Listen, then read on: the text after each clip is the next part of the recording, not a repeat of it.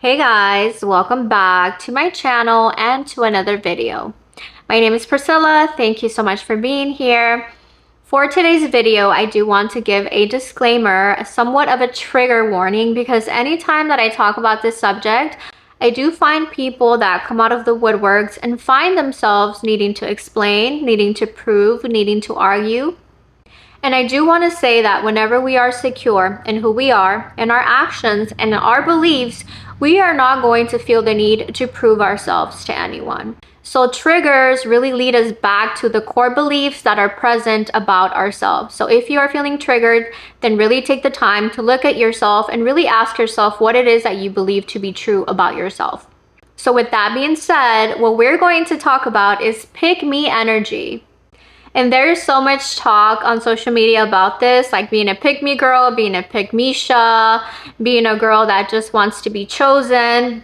So I wanted to get into it and talk about like what makes someone a pick-me, why do we feel the need to really act in this way, where does this behavior come from?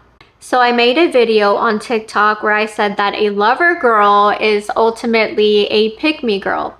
And there's so many different terms that are used in order to justify certain actions and behaviors to make that person feel good about themselves. Because whenever you put a certain term on top of something, that is like sprinkling something good on top, where you're like, oh, I'm just a lover girl. I'm just a cool girl. I'm just a chill girl. So that makes you feel better about yourself because you're not calling yourself a pick-me, but ultimately a lot of those behaviors are all in the same. So a lover girl is a woman who wholeheartedly gives herself to a man without any inhibition or hesitation. And anyone that is willing to move very quickly in a relationship just to be in a relationship, just to be loved, just to be seen, just to be romanticized, is very dangerous because you ultimately do not know this person. You are going to be ignoring a lot of red flags because ultimately you want to be liked. Ultimately, you want to seem like you are easy to be with. And these kinds of women are women that are usually very easily impressed. They are easily impressed by a pretty face, by a really good-looking man. They're easily impressed by words. They don't even care to have actions. All someone has to do is just come up to them, flatter them, give them a compliment. A good-looking man can come up to them and be like, hey girl, what's up? Or even an insult. They're going to really respond positively to an insult. They're going to take men being mean to them as men liking them. And to be completely honest, there is absolutely nothing impressive about someone flattering you, about someone giving you a compliment, about someone telling you that you are beautiful. This behavior should be one that is extremely normal to you. Men and women are everywhere. The world is full of these kinds of people. But the reason that we are easily impressed when someone comes and tells us something about ourselves is because we do not know it inside. We truly don't hold those beliefs about ourselves, because if we did, we would know that. And it is not about being rude either. I want to make that clear. It's not about like being like, oh yeah, I know. You don't have to be that kind of person. You can be polite, you can take a compliment, you can have a conversation, but at the end of the day, that is not going to be the reason why you are initiating a whole relationship with someone that you do not even know. Be more impressed by a person's character. Be more impressed by who they are in society. Be more impressed by a man's personality versus his looks and the words that are coming out of his mouth.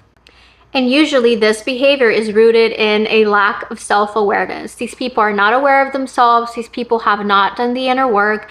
And now we are all human beings. We are all going to want some sort of validation and acceptance. We all want to be seen. But the difference is the people that feel that they need that to feel worthy and valuable versus the people that are showing up in a way that is confident and secure of themselves.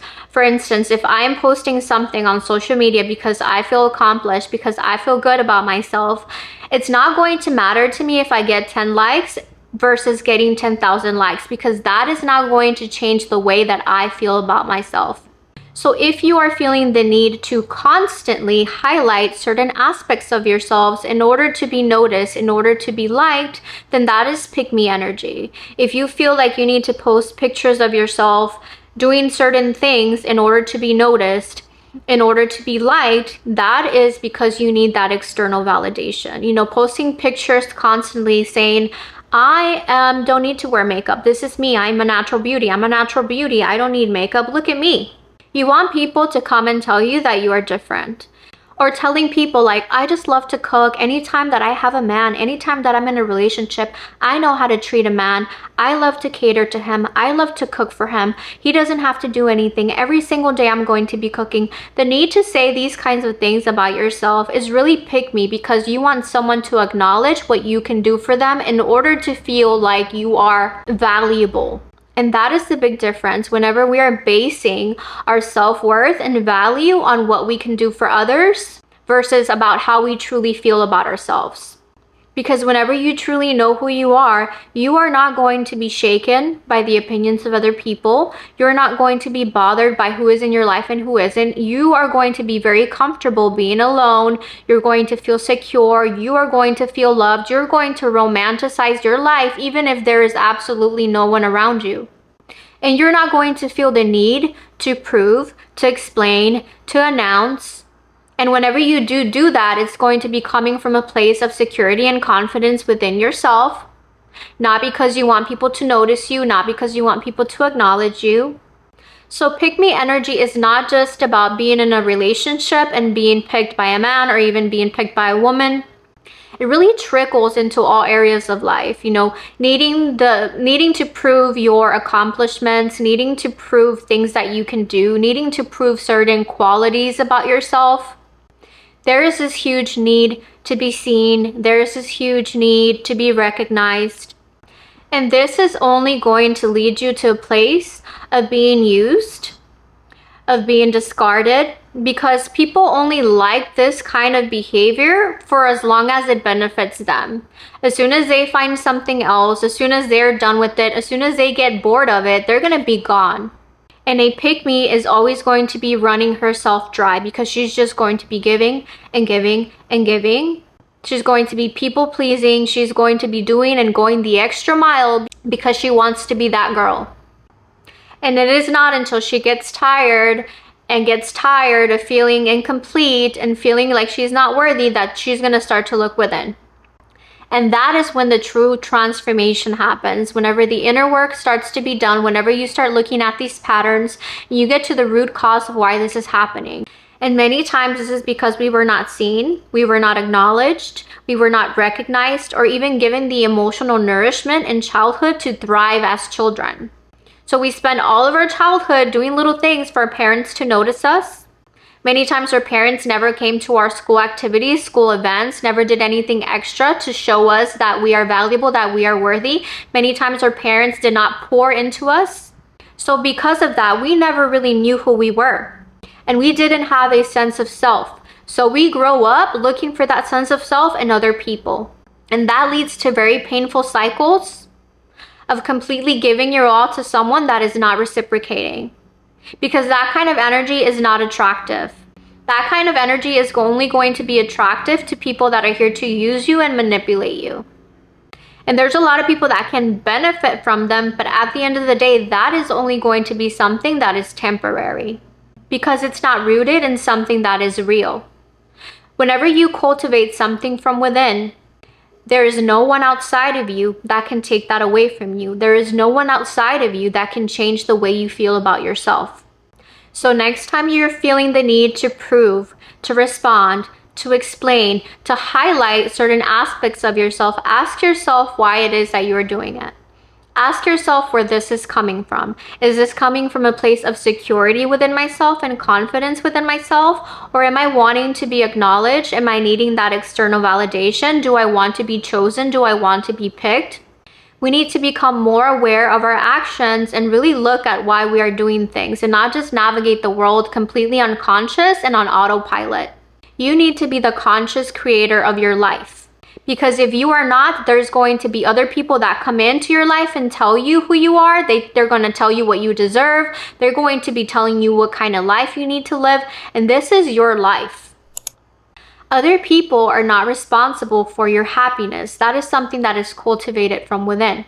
And that is not to say that you are not going to have certain requirements, that you are not going to feel happy whenever you have someone, because whenever you are full, whenever you are fulfilled, whenever you are happy by yourself, you are going to attract other individuals that are on the same frequency.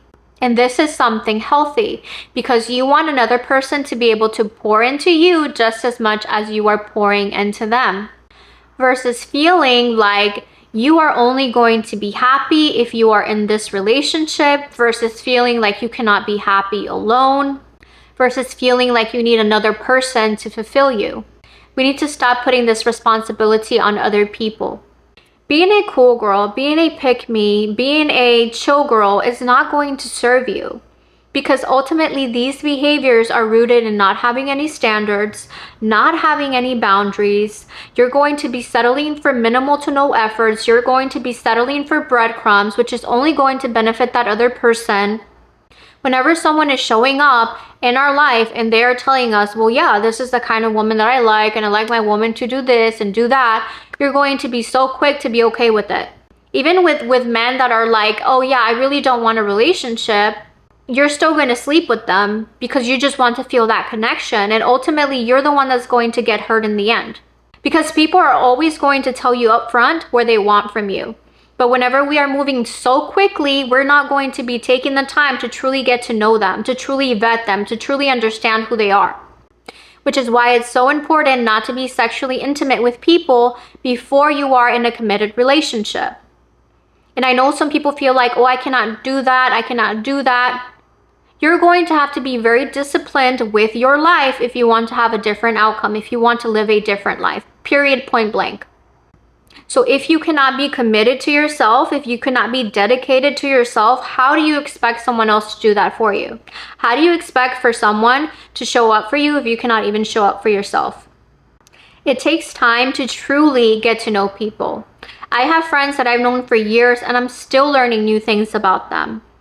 And I know that every situation is going to be different and there's going to be a case by case. And I always have people telling me like, well, what if this? And what if that? And what if this is a situation? And what if he did this? Listen, we can what if all day long, but at the end of the day, if you remove sexual intimacy from the beginning stages of the relationship, if you really slow down, if you really tune in, if you really take your time to just listen, let people talk, let people show you, really observe this person as an individual outside of the romantic relationship. Really take your time to really see who they are in society, in community, in social gatherings. How do they treat other people? What are their values? What are their beliefs? That is going to protect you more so than if you are rushing to sleep with them, rushing to get into the relationship, rushing to just want to post pictures and say that you have someone, that you have a romantic interest. Because if you are jumping into a relationship and the first thing on your mind is sex, and you are having sex with this individual when you just met them, you are going to be fogging your perception of reality, especially as women, because we release oxytocin, we start the bonding process, we start really liking this person. There's no such thing as fully being detached from sex as a woman. I don't care what you say. You can tell yourself that you're not until you're blue in the face, but at the end of the day, our bodies were created to function in this way. So if you're sleeping with someone and you're not even in a committed relationship, but you want to be, you are creating an attachment to someone who is obviously not going to be attached to you in that same way. And I am not saying that doing so is not going to lead to a relationship, because many times it does. Many times people can have intimate relations on the first night and then end up in a relationship, end up in a marriage. It happens all of the time. But I've also seen women who are in this situation who later along the line say, well, my man is different now. Now he's acting this way. Now he's showing his true colors. But the problem is that whenever we are intimate too soon and too quick, we're going to fog our perception of reality, leading to ignoring red flags. So if there's any red flags that are present early on in the relationship, because there's always subtle signs, again, people always show you who they truly are, we are going to ignore them. We're going to ignore red flags. We are going to ignore little things because we're gonna be like, not that big of a deal. It's not until we start living with them and all of that excitement goes down and the rose-tinted color glasses come off because now we're doing household activities, now we're taking care of the kids, now we're having to keep the house clean, now we're doing all of this regular day-to-day stuff, that we're able to see things clearer. And now we're able to see the red flags. Now we're able to see how that person truly is. And again, this is not always the case, and we can what if all day long, but at the end of the day, whenever you are taking your time, whenever you are really doing the inner work, when you are really getting to know yourself, this is going to be less likely to happen. Well guys, thank you so much for tuning in to today's video. I trust that it was helpful. If you feel called, please leave me a like, a comment, and subscribe. I will see you guys in another video.